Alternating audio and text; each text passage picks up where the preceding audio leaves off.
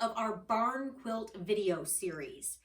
This is a series that I started. I've made 3 barn quilts, all of which are going to be hung on our pole barn. The first barn quilt followed a very geometric pattern. I laid it out on grid paper and went from there. I'm excited about that one because that one features everyone's favorite plant to hate, the invasive buckthorn.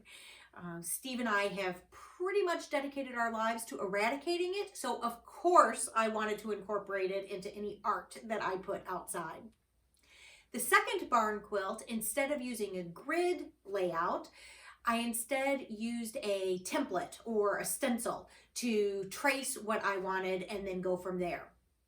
I am very proud of that because I took some pretty straightforward fish and I made them kind of fun and whimsical and colorful, and I am very pleased with how that turned out. And so today we are going to work on the third method of making a barn quilt. For this method, I am going to use a projector. So I'm going to project the design that I want onto my boards, trace it, and then paint it. Here is my setup. I have my laptop and I'm running an HDMI cord from my laptop into my projector unit. And then I am throwing that image onto my piece of wood. Okay, so I'm finally equipped. I have measured everything, so I'm about 4 inches from here. I'm a little less than up there, but that's okay. And now I'm armed with my pencil, and I am just going to do the sketching of this chicken, and that little chick up there. So I'll just jump right in.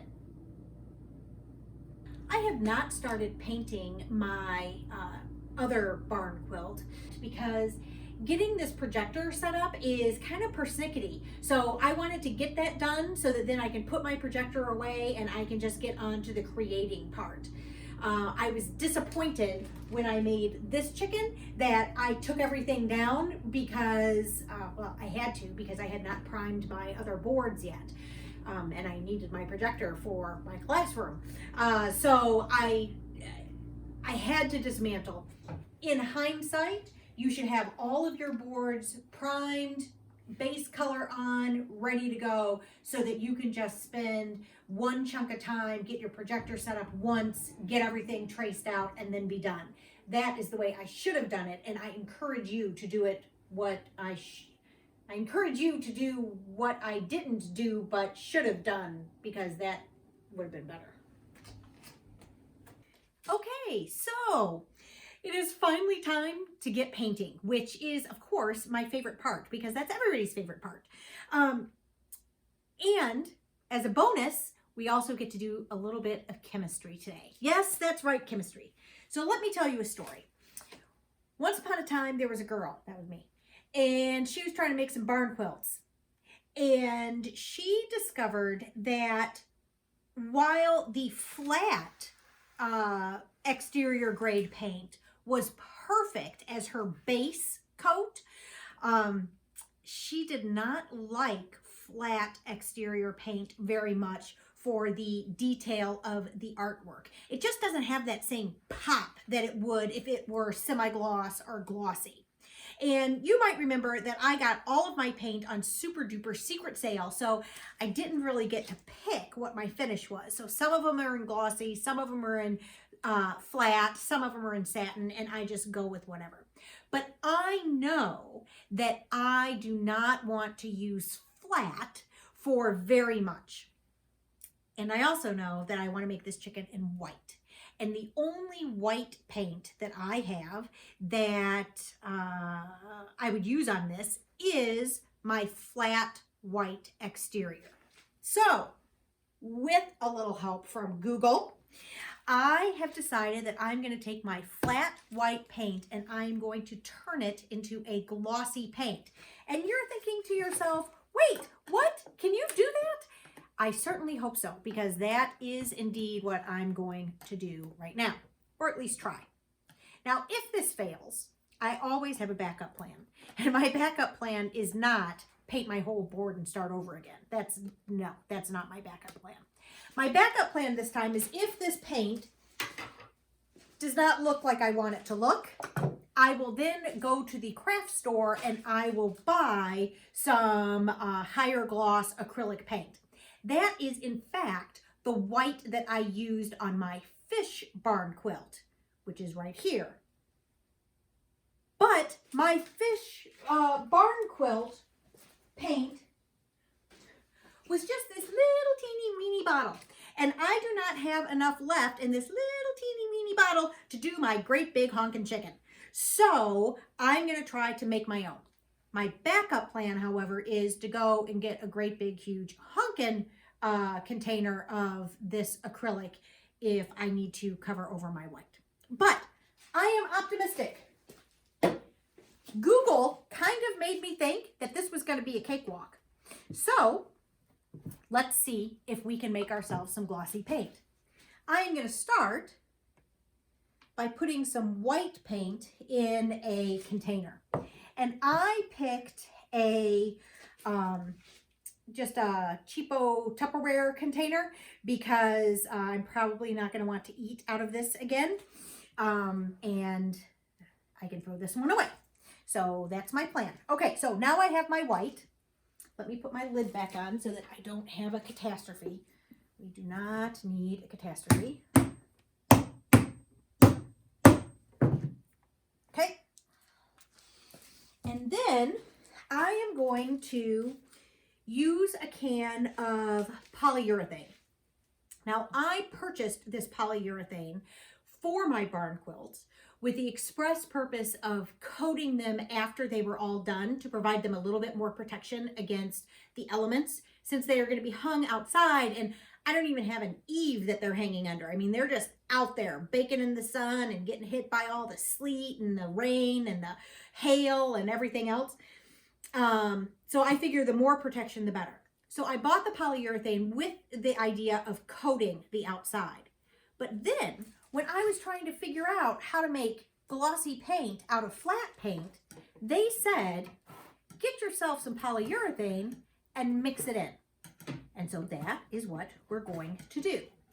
Now, the ratio that we are supposed to use is about 9 parts paint and 1 part polyurethane. For those of you who are not good at math, that means that I need about this much polyurethane for about this much paint. So about 1/10 of what you're doing. So you see that I did not measure that. I'm just going to dump some out. Now, I might mess this completely up, right? Yeah, I totally might mess this completely up. But if I do, I'll just start over again. It's no big deal. I'm not starting over from scratch. Don't get me wrong. I'm not redoing all of this. I would just mix up another thing. Got to be careful with this stuff. This stuff will make you feel dizzy. There we go. So I went with about that much.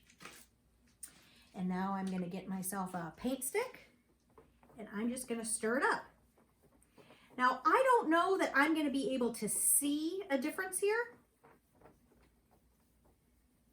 but I'm hoping that as it dries, I'm going to definitely get the feeling that it is glossier, has that glossy texture. That's really what I'm going for. I want it to pop off of my flat maple colored paint here. So there we go.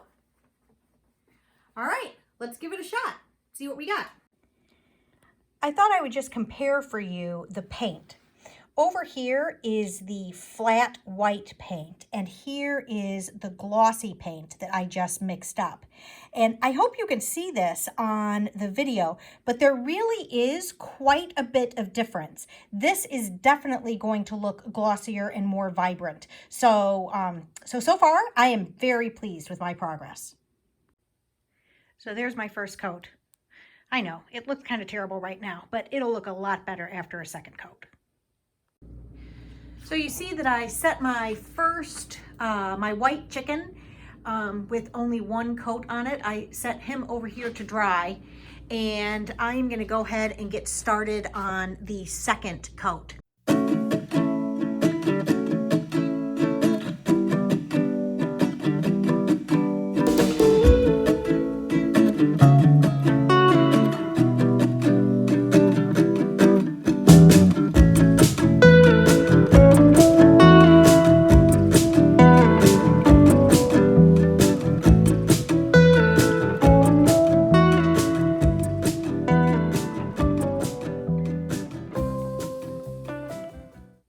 I really hope you enjoyed watching this series of videos on making a barn quilt.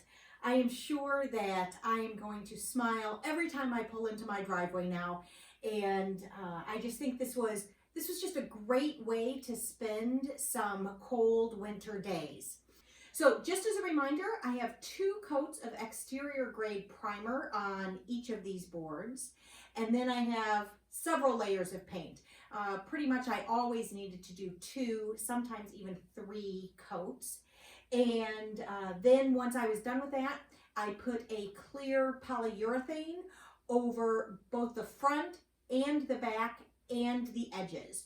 So hopefully these will hang for a nice long time on my pole barn. This was a super fun project, but now I'm ready to move on to a different project. So hang tight and you'll see what that is pretty soon. Please consider subscribing to our channel. We love to have new subscribers, and that way you can be notified when new videos are going to be available to watch. Our next job after this is to turn our attention to something else. So I'm kind of excited about that. We're going to do another science experiment, and I think it's going to be pretty fantabulous. So subscribe and stay tuned for the next video. Thanks.